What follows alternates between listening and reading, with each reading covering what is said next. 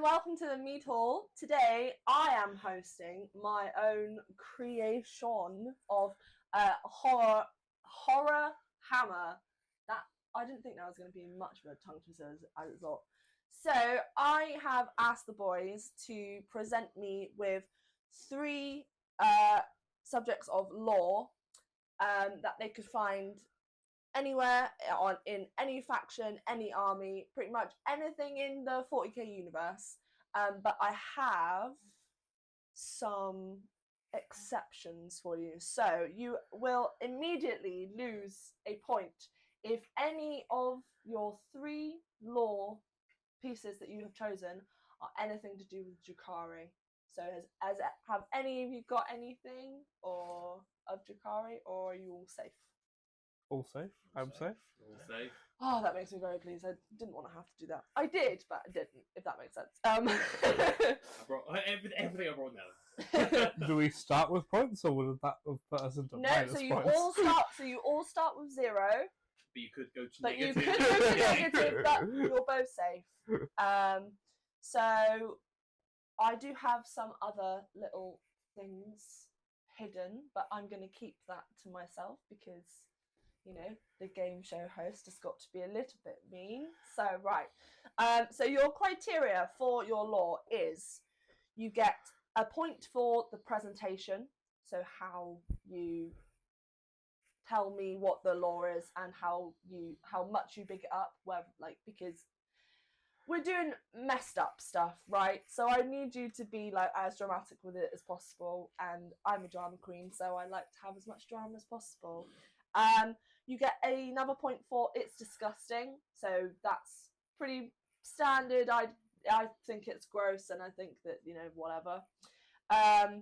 You get a point for only in 40k, so your piece of lore is something that only would come up in this sort of genre, 40k as a whole, the Warhammer universe, whatever, that kind of thing. And you get a point for that's just too illegal. So if your piece of lore that you tell me I think should be, well, probably is just too illegal, you get a point for that. That's an extra little nice point for you. And you also get a point for I'm gonna vomit. Now the viewers don't know this, but you guys do, so I'm gonna explain. If I say I'm gonna vomit, then that is literally like, I think that's the most disgusting thing ever, and I don't want to ever think about it again. So try and aim for that point, I would say. So you have a maximum of 5 points per piece of lore, and you can get an extra 5 points if I think that it should never have been written and it should be burned, because it's that bad. Everyone get that? Do I get bonus points if it has been canonically burned? As in, they have removed it because it was so bad. Yes. Already. Sure. We can go with that. That's fine. They have already retconned it. It's already been burned by them officially. Yeah, I think that's pretty good. If I'd known that would have been a thing, I would have looked for retcon lore. Who do I want? Well, I have John first on my list. Our first piece of lore Mm-hmm. originates from a action of a Keeper of Secrets. Are you familiar with, first of all, the Keeper of Secrets? Wonderful. Who was engaged in a battle with the sister battle Order of the Blessed Inquiry, and upon engaging with these sisters, essentially managed to defeat them. Yeah, there was a bit of a lead up, and first of all, where the sisters managed to capture this Keeper of Secrets, kept it bound in their order, in their headquarters. This Keeper of Secrets proceeded to escape, and in the process of escaping, the Keeper of Secrets, known as Astaroth, was freed and took the 700 sisters and stitched their bodies together into a work of art known as the Screaming Cage. A sight so horrific in this single construct that it drove Ethereal Stern, who is a character that you can run, to try to commit suicide. Upon this, essentially the collective minds of the sisters resurrected her, and that is why she's now like essentially like a saintly figure within the lore.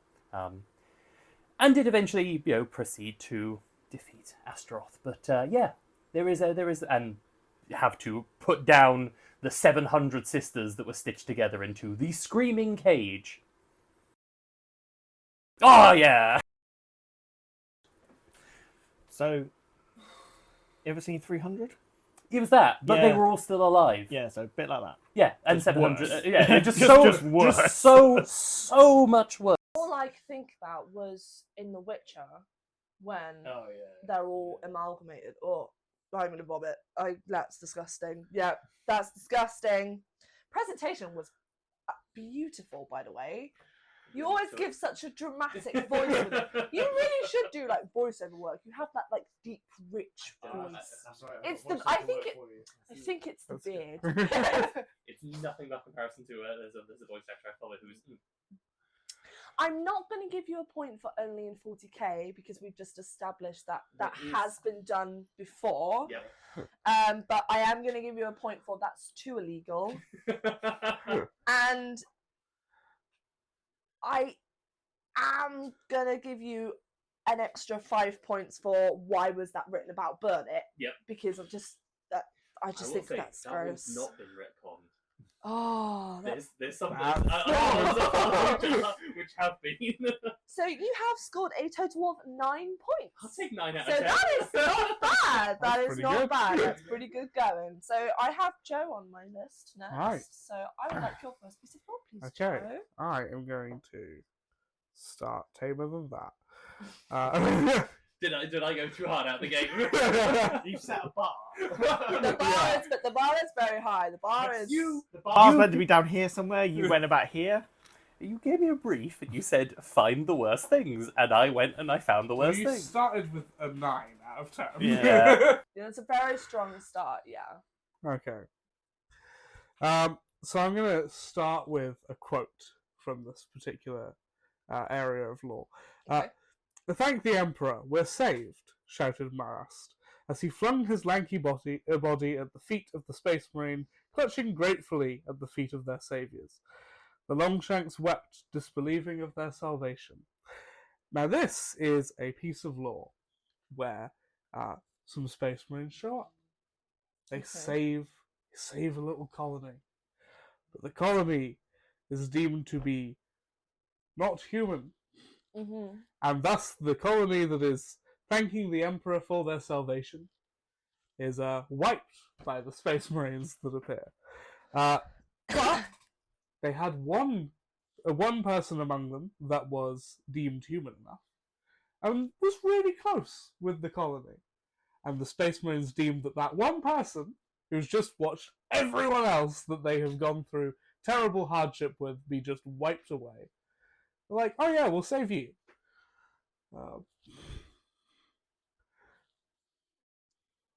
And that is it. That is all. I said I started tame. As advertised. Mass extinction. Yeah, that's too illegal, isn't it? I think that's just a little bit illegal. Could be considered genocide. It could be. I will give you a point for presentation because the quote was beautiful, and reading is fun. I don't know about disgusting. I mean, it's bad, but it's not disgusting as in It's not like quite the body horror you were hoping No, No, but it's a good start. well, can I make a case for disgusting behaviour on the Space Marines? I'll tell you what. Half point. I'll give you a half point for that because that is fair enough. Only in 40k, I don't think so. We've seen mass extinction over a lot of different sci-fi things, I think. And it didn't make me want to vomit, I don't think. But I will give you an extra 5 points for why write about it, burn it, because I just think that's just really mean. I feel like if that's the level we're going for, I think everyone's Yeah, who else? Because that's pretty standard. That's quite easy. We'll see. So, Joe, you have finished your first round with 7.5 points. So that's not bad. So you're not too close behind. So well done. Thank you for that. Go on then, Jamie. What have you got for me? The smile on your face tells me that I'm probably going to want to vomit, but we'll see. Quite probably. Okay. So, I'm going to downscale things a little bit. Mm-hmm. Yeah. All right. We're going to go for a slightly smaller scale. All right. So what I'd like you to do is I'd like you to imagine that you're walking through an underhive, dead of night, feeling quite confident, quite safe, relatively, for the Imperium. And out of the darkness you hear a wet slap as something falls from the gantries above onto the oil-slick ground of your industrial home. Pop that point in presentation. I already have. It's already down there. And from the horror of that sound, you then start to see the shadows move. And from those shadows, you see a four-armed beast of a monster crawling towards you. Mouth dripping with slime and mucus. Its eyes glowing with venom. And before you know it, you can't move. You're stuck, transfixed by its gaze. You cannot do anything but watch as it creeps up to you, dislodges its jaw, and outwhips this huge tongue that whips around fully articulated, and then it buries that tongue into your mouth and it impregnates you with alien DNA. And then the next day you wake up and remember nothing.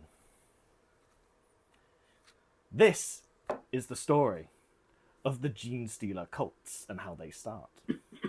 The Gene Stealer's ovipositor is how it reproduces and creates its generations of vile monsters that take over our planet. And the result in which is that person who has been mentally blanked by this encounter goes on to reproduce, and their child is a mutant hybrid of alien and human.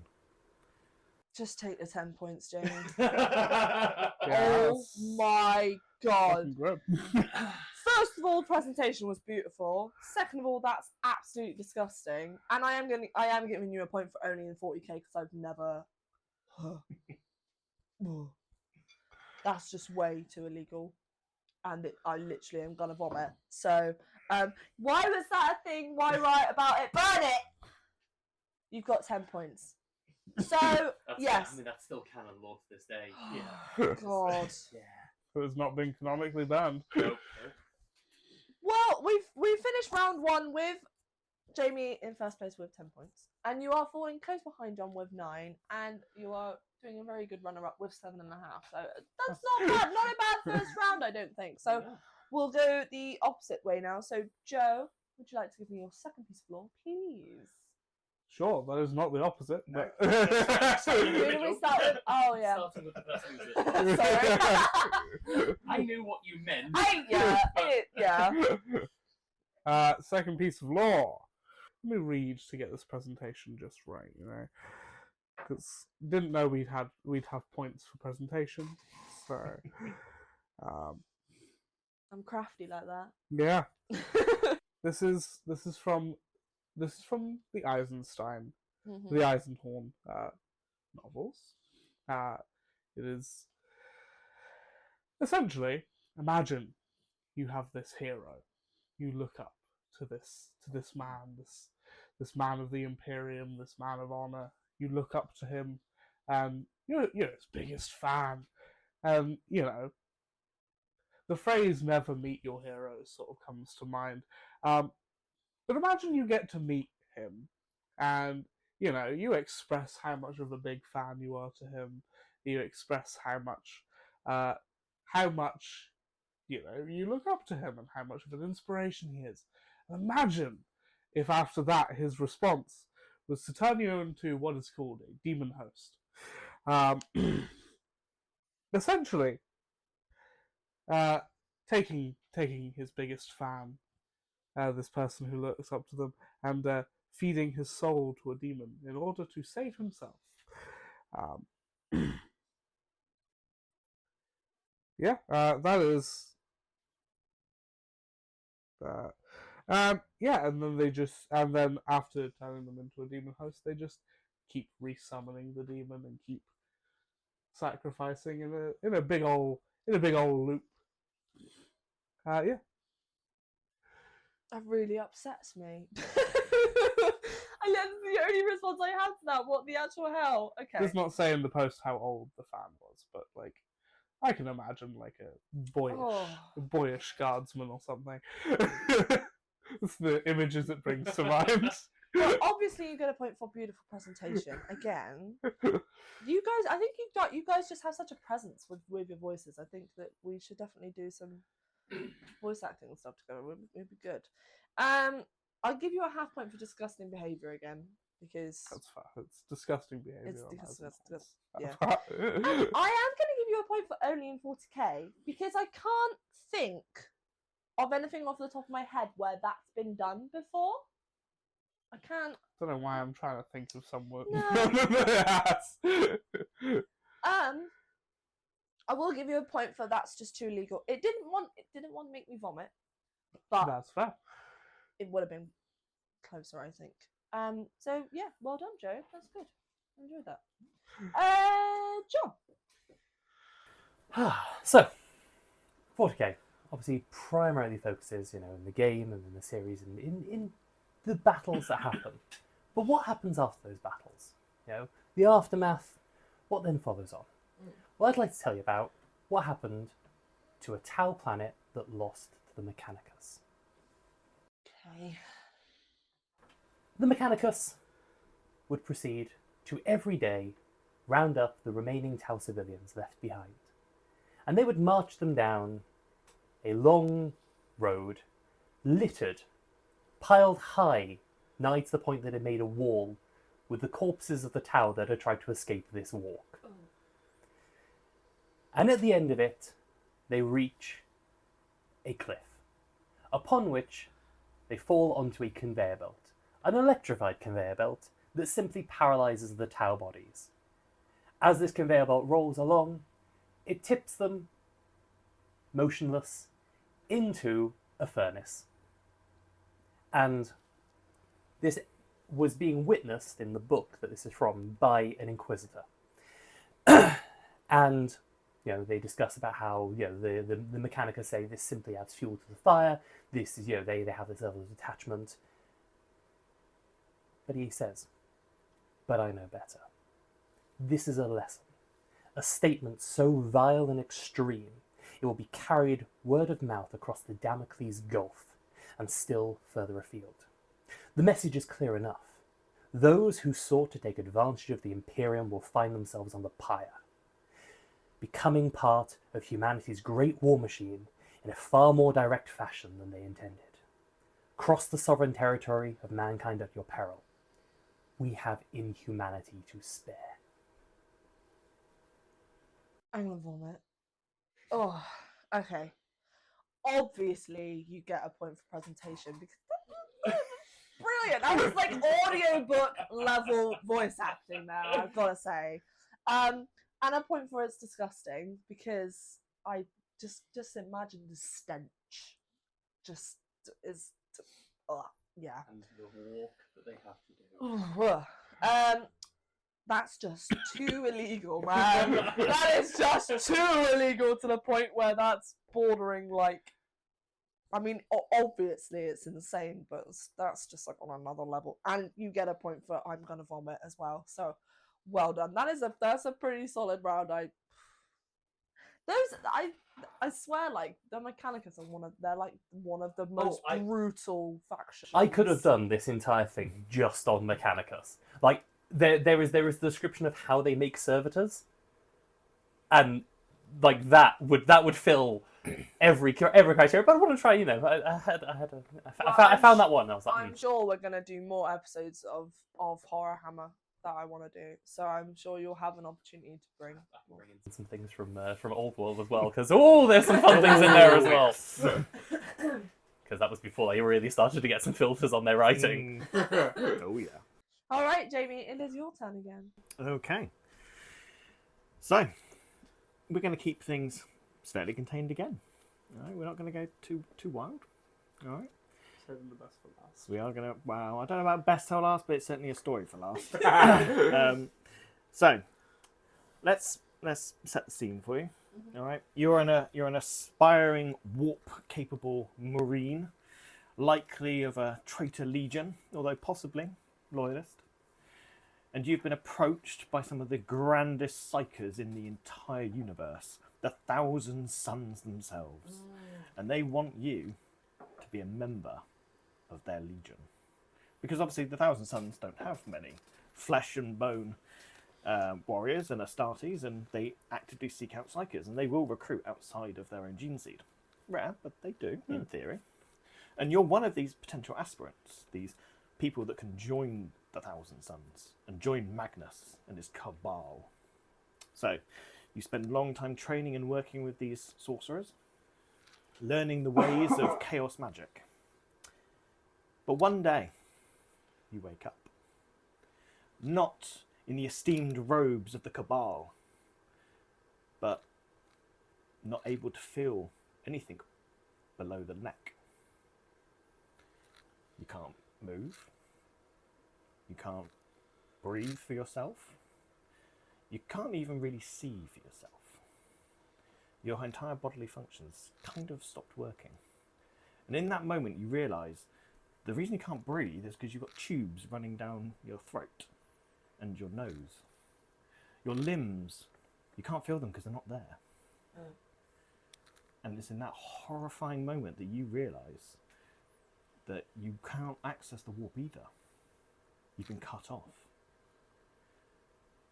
And as you start to feel out with your mind, you can feel metal. You are inside the sarcophagus of a Hellbrute. Oh my god. Not the loyalist sarcophagi of the dreadnoughts, but you're in the sarcophagus of a Hellbrute, designed to torture you infinitely until your death at the hands of whatever you've been thrown against. You are literally stuck in a coffin with tubes running out of you. You can't do anything for yourself. You go utterly and totally insane.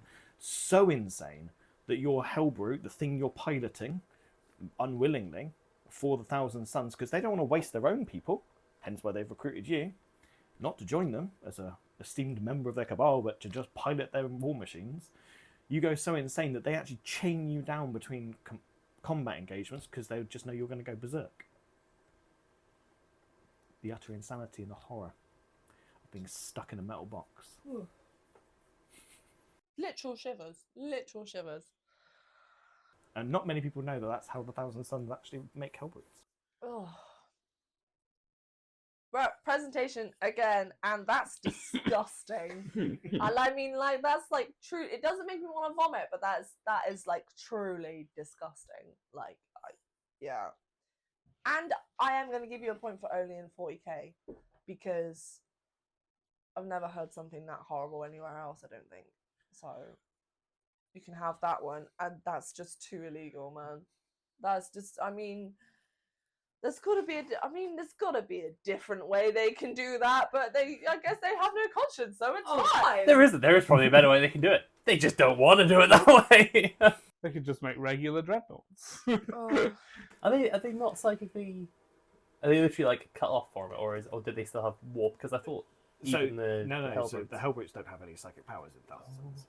And because normally, well, they don't have to use psychics to make Hellbrutes. They just like to because they're quite easy to attract. So obviously, they quite literally they will pretend that you're joining them, and then they'll just stick you in a Hellbrute. That's messed up. But obviously, they don't want you to have psychic powers in the Dreadnought because they make you go insane. Yeah. That is all levels of messed up. Well, we have a very close second round now because Jamie, you're in the lead with 14. John is very creeping up behind you with 13, and Joe, you haven't got far to catch up, mate. You're on 11. So Nice. this is the round that decides our winner now. Make a break Okay. round. So I would like to start with John, please. Are you ready? This is make or break. This is make or break. Sudden death. So let me tell you about the events that occurred on the imperial world of Van Horn, and in particular, the Basilica of Saint Mariel, which during some renovations, an accident happened. A breakage occurred in one of the reliquaries of the Sisters of Battle, which, unbeknownst to lost to time, lost to Imperial records, contained a artifact that held inside, trapped, the spirit of a bloodthirster. Now, in the process of this reliquary being broken, the bloodthirster escaped and possessed one of the Imperial citizens to become its demon host. Mm-hmm. And thus, a cornate outbreak of demons descended upon this planet, and the sisters rallied together and held this church as their defense point, the final bastion against this world that had fallen almost immediately to cornate just bloodshed. And for 9 days, these sisters held out, battling against wave upon wave of cornate demon, before finally, on that 9th day, they had salvation. A contingent of the Grey Knights arrived to assist these sisters. And the Grey Knights, seeing the horror that had descended upon the planet, and these sisters that had valiantly, with the will of the Emperor, defended this planet, saw what they were: pure, unbroken, true definitions of the Emperor's will made manifest. And it was this purity that they needed, that strength that they needed. So the Grey Knights cut down the sisters, bathed their weapons in their blood to form pure talismans that they could use to vanquish this demon off of the world. I wasn't expecting a plot twist. Oh my god! Oh, I can't believe you went with that one. Oh, I'm gonna vomit. Oh my god. That is the tale of the Blood Tide. Wow. It was. It was. I'm gonna have to give you a maximum of 10 points. Because I swear to God, that is the worst one I think I've heard today so far. I mean, I don't know if it was just the presentation or if it was just like, but man, what is it about like armies in 40k just wanting to bathe weapons in blood? I mean, it's like. I mean, just an aside, the Grey Knights wield Stormbolters on their wrist. These are rapid fire. They have, they're rapid fire. They're like, you take 2 bolters, you stack them together, you have them on the wrist. Every single one of those bullets have to be soaked in the blood of a innocent. Every round. And these things fire fast. Yes, and every round has to be soaked in the blood of a different innocent. Yeah. It's not like they can batch do it. It's one person per bullet. So disgusting. But this one was this stems from the 5th edition Codex of Grey Knights and has never been written about ever since. It is actually retconned completely out now. Isn't it? It is largely considered to be retconned from the lore. Yeah. Oh my. Yeah, it doesn't look particularly good when you're like, yes, the sisters, we killed them all. Now we're really pure. And we're going to bathe in their blood to fight Khorne. To be honest, that's where we went quite good, actually, is if the reverse had happened and they bathed in the blood of the sisters and they got depowered and the Khorne Knights got stronger. No, because remember, Grey Knights are incorruptible. This clearly was no form of corruption. No, but surely the Khorne demons would have got more powerful witnessing that. You'd have thought. I literally think I'm going to be scarred for life now. That I'm thinking about it. It's in my brain and it's not leaving. So we're saying at some point we'll take your sisters to battle and I'll bring out the Grey Knights and we'll see. Yeah, but my sisters aren't normal sisters. So. Crack the power armor like an egg. You want a laser pointer? No, I'm joking. No, but that was brilliant. And what a way to finish off that. Yeah, that was excellent. I did save the best for last. You I don't know about best, but yeah, you did. The worst. The worst till last. That's the point, I think. Right. Joe, would you like to present your last piece of lore? Sure thing. And this piece of lore comes to us from a book about Fabulous Bill, Fabius Bile, of the Fabulous Bill. good old That name now. Fabulous Bill. And I don't have a lot for this, but I think the sentence that in the theatre made of living human flesh, one of the noise marines is taking the carnal pleasure in a slave, identified by both of their screams. It's short and sweet. Yeah, sweet's not the word I would have used. Sorry, that's in one of the books. Oh wow! Is that in Horus Heresy? It is in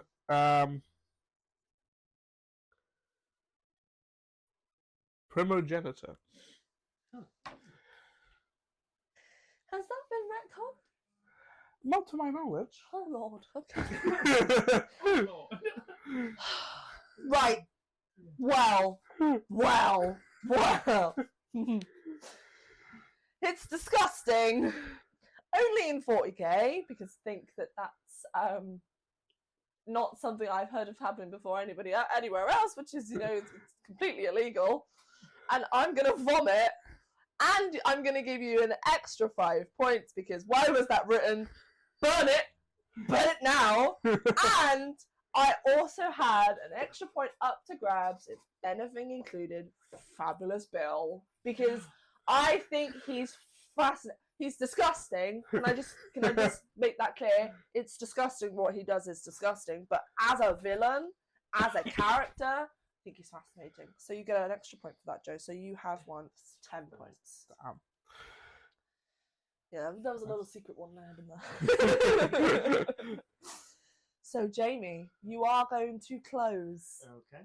Horror Hammer for today. What piece of lore have you got for me? Right. Well, this is a bit of a broader scope, but I'm going to tell it from the perspective of a single individual in a much wider context. Okay. So, Necrons. Okay. There we go. Let's go back. Let's go to the tried and tested Necrons. Okay. What is so horrible about the Necrons? Well, many things apparently. So imagine you're just a normal warrior, Necron warrior. They don't really have much in the way of brain power. All right, they've lost most of their brains. So there's nothing. Can't really get much worse than that in theory. Losing everything, you're becoming a mindless automaton. Yeah. But what if you're a noble in the Necron tier, or the Necrons? Okay, you've become an immortal being with seemingly almost limitless technology and power. You have the grand designs upon the universe. Nothing really can go wrong there, really. In theory, you're quite safe, quite strong. You've got a metal body. You can't die. If you do die, you just you rebuild yourself and teleport away. You're immune to disease. Or are you? Let's see. Now, there is, hopefully as many people who know Necrons will know, is that there is a certain infection or disease or curse that afflicts the Necrons. This is called the Flayer Curse. Okay? Now the Flayer Curse is actually, when you drill down into it, quite savage. Because the most disgusting part on the outside to the rest of the universe, to the rest of the world and the people in it, is that these are Necrons that literally bathe themselves in blood and gore. They are metal bodies cloaked in viscera and guts and flayed skin, hence the name Flayed Ones. But it's what goes on in their own minds is interesting. Because it's horrible to you, but it's also a horror to them. Because what most people don't realise is those flayed ones still have their sentience. They're still intelligent. They still believe that they are who they once were. And what can happen is they go a little bit insane. Imagine being a drug addict who has access to every ounce of whatever substance they're abusing and need, not much like the flayed ones do, but because they can't actually ingest anything, they can never satisfy that desire. Ever. They can consume as much gore as they want, but they will never feel an ounce of relief. Not once. They are locked in an eternity of complete consuming addiction that they can never be relieved from. And they get to feel every moment of it, potentially for eternity. And, in theory, or there are theories among the Necrons, that they actually live in a pocket dimension called a charnel palace, which is basically a nest created from the gore and flesh of everything they've killed. God, you really went for the throat on that one, didn't you? Oh my god. There's just so much to unpack! I mean, obviously, you get a point for presentations. That was brilliant. That's just disgusting. I mean, imagine seeing all of that stuff just creeping out. Oh, I don't like it. Oh, So good. As soon as you said that, I was like, I'm gonna vomit. I'm gonna vomit. I don't know about illegal because they're just diseased, right? They're kind of like metal zombies, kind of. Yeah. Which then leads me to where I'm like, is it only in 40k where I've seen that if they're kind of like zombies? Well, Necrons themselves are like zombies, Flay ones aren't. Flay ones are like the next stage up. Super zombies. Super zombies. There are some bonus bits to that, which, given the book that you're currently reading, I won't spoil because... I am going to give you an extra 5 points for why was it a thing, why write about it, burn it, because they must be in so much pain, and that just makes me cringe, yes. How far through are you on the book?